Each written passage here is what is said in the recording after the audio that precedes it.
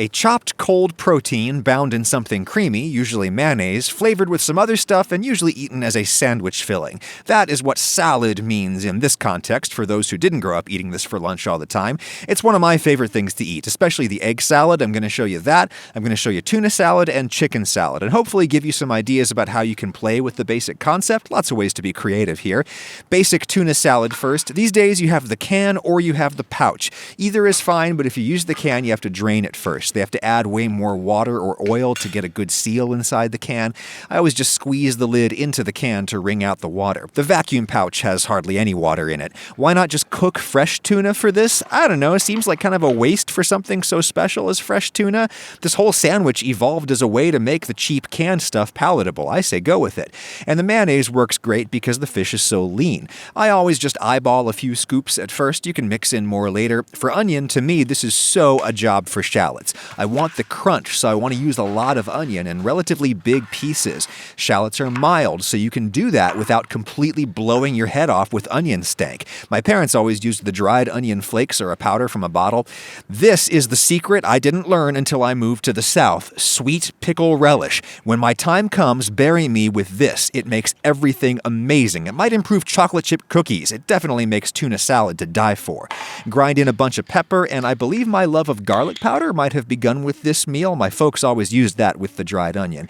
And no salt yet. The tuna is usually pretty salty. Stir, stir, stir. And oh, I forgot the celery. So good in these cold salads. Some people dice it. I like to do thin slices across the whole stalk. I want that crunch to contrast with the soft fish and the creamy dressing. In that goes, and since you have it, you might as well grab some of those leaves from the celery. They taste amazing and they'll be pretty and green in here. Have a little taste. Yeah, that needs a little salt, but not much. And for me, I like the quantity of mayo in there, but I think most people would find that a little dry. I'll mix some more in. Lettuce is always nice to put on the sandwich if you have it, and I quite like tomatoes. If you've never had tuna salad soaked in sweet pickle relish before, get ready for your life to change, my friend. So good. And it's such a great thing to mix up in advance and eat for lunch for the next few days. Same deal with the egg salad. We always make it with a whole dozen eggs. First, you gotta hard boil them. Some people say add vinegar and or salt to the boil water. They say this will make the shell easier to peel. I've never noticed a difference. What has made a difference that I've noticed is dropping the eggs into already boiling water. That seems to make the white pull away from the shell a bit. Oops, I cracked one there. It doesn't matter. Cover so it comes back up to a boil real fast, and a chef friend of mine told me that 14 minutes is the ideal time. For hard-boiled, it seems to work great. And that gives me plenty of time to head out to the garden and catch up on the world of business, finance, and tech with Morning Brew, the sponsor of this video. Hey, like my wheat? I used to work in the news business, and I'm quite glad that I don't anymore. It's very bad for the digestion. But the flip side is now basically the only way that I stay informed about anything is by endlessly doom scrolling on Twitter, which is also bad for the digestion. So, Morning Brew. Morning Brew is a free daily newsletter. All the news I need about money and tech and such is here, such as, what even is an NFT, and should I spend tens of thousands of dollars on one? I mean, everybody else is, apparently. Morning Brew is written for busy people and laid out for busy people. Each newsletter is super skimmable, and the copy is funny and fun. There's no reason to not subscribe to Morning Brew. It's free in your email and takes less than 15 seconds to sign up for. Do us both a favor and sign up using my link, morningbrew.com/AdamR. Or click the link in the description. Thank you, Morning Brew. Now, 14 minutes is up. A lot of people would pull these out to an ice water bath with a slotted spoon or a spider or something. A much easier option, I think, is to just drain through the pot lid, drop it in the sink, and spray them with cool water. It doesn't matter if the water isn't ice cold. Between the convection and the water being constantly replaced as the pot spills over, these eggs are going to be cooled off in no time. Yeah, this uses some water, but so would washing the big bowl that you used for the ice bath. Okay, Lauren is going to take this one from here. She's an ace with egg salad. She just smacks the egg all over with the back of a spoon, focusing on the bottom where there's usually a little hollow. She flips the spoon around, pushes the edge up under the shell there. Nice. Ooh, that one came off all in one piece.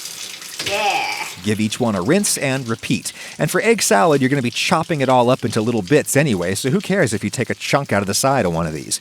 Get them all over to the cutting board and slice them in half. Lauren's approach to egg salad is inspired by deviled eggs, and with deviled eggs, you push all the cooked yolks out into a bowl, and then you smash them smooth with your mayonnaise and such. I think you end up needing almost equal parts mayo and egg yolk, but she's smart to be conservative up front. You can always add more. In the South, they dump in a ton of sweet sweet pickle relish, which is why southern deviled eggs are so much better. Also great in deviled eggs is a sinus-clearing quantity of mustard, a little salt and pepper, and if you taste this now, just remember that it needs to be strong enough to flavor all of this bland protein over here, so it should be too strong. For deviled eggs, you would pipe the filling preciously back into each egg half. It's much easier to just dice each of these up and dump them in the yellow stuff. And because this is egg salad, not deviled eggs, I think that you want a fair bit of crunchy stuff in there. An egg salad sandwich is so soft and mushy unless you have some fresh onion, or again, in this case, some coarsely chopped shallot. And I would use celery, but Lauren hates celery, so how about some cucumber? A nice mild taste, won't drown out the subtle taste of the egg, just tons of fresh watery crunch. I usually leave some peel on it for color, cut a half in half, and then I'll kind of do 3 or 4 radial cuts so that I can now really easily get triangular thin slices. Again, the goal is crunchy texture, so I think it's nice to have wide pieces. Those are really going to freshen up this salad. Lauren thinks she put in too much salt. Let's have a taste. I think the salt is great, but I'm going to want more shallot in there. The onion flavor mellows as this sits in the fridge, so I try to overshoot it. That cucumber released some water overnight, so if you use that, maybe undershoot the moisture a bit. Another good way to contrast the soft texture is to toast your bread, lightly toast it. If the toast is too rigid, you'll squish the pieces together with your teeth and end up squeezing the salad out the sides like toothpaste. I think egg salad is easier to eat on little rolls. Speaking of delicious things they introduced me to here in the South, very nice.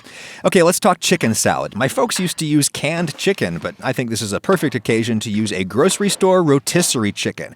They're absurdly cheap, they taste pretty good, and they're soft, so you can just pull the meat apart into chunks into the bowl.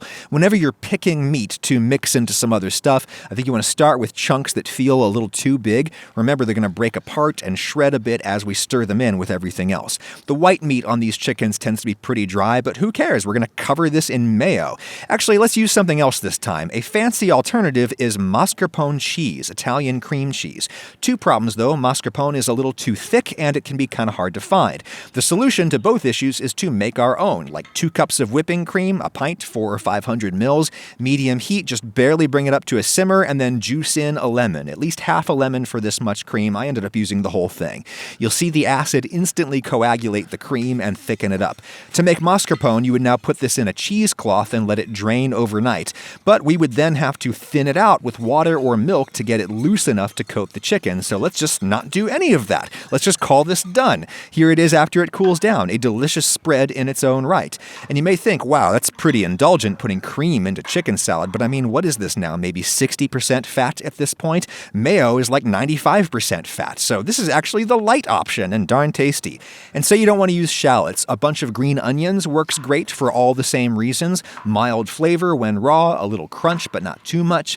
I did thin slices down at the firm white end, and I'm doing progressively bigger pieces as we get up into the greens, which are more like a fresh herb. We get some nice green color in there to boot. Say you don't want to use the sweet pickle relish again. How about some sweet corn? Shave off of the kernels, and you've got a hit of sugar that really helps this. What you don't get from the corn is any acid. Fruit has acidity and sweetness, which is why a lot of people use apple in chicken salad, or grapes like these are very nice. Half is going to be too big. I'm going to go quarters. There we go. These will give us the brightening that we would get from the relish. Unfortunately, grapes are soft, and I want even more crunch, so nuts! Any kind. These are pistachios. Love them. Once you get them out of their shells, you do probably want to smash them or chop them a bit. Not too much. The whole point is to have some texture in there. Pepper, a little bit of salt to start with. Rotisserie chickens are already pretty salty. A little parsley is nice if you've got it, and give this a preliminary stir. I can see that I'll probably need the rest of my thickened, acidified cream, whatever you want to call it. The lemon in there really freshens up the taste of the chicken. Oh, and I forgot my garlic powder, the best. That's some pretty fancy stuff as chicken salad goes. The one hitch is the cream really stiffens up in the fridge. A virtue of mayo is that it's pretty much the same consistency at any temperature. The cream you might want to let warm up a bit before you eat it, but man, is it tasty. And any of these ideas could transfer to any of the other recipes. Mix up a bowl and have lunch taken care of for the next 3 or 4 days.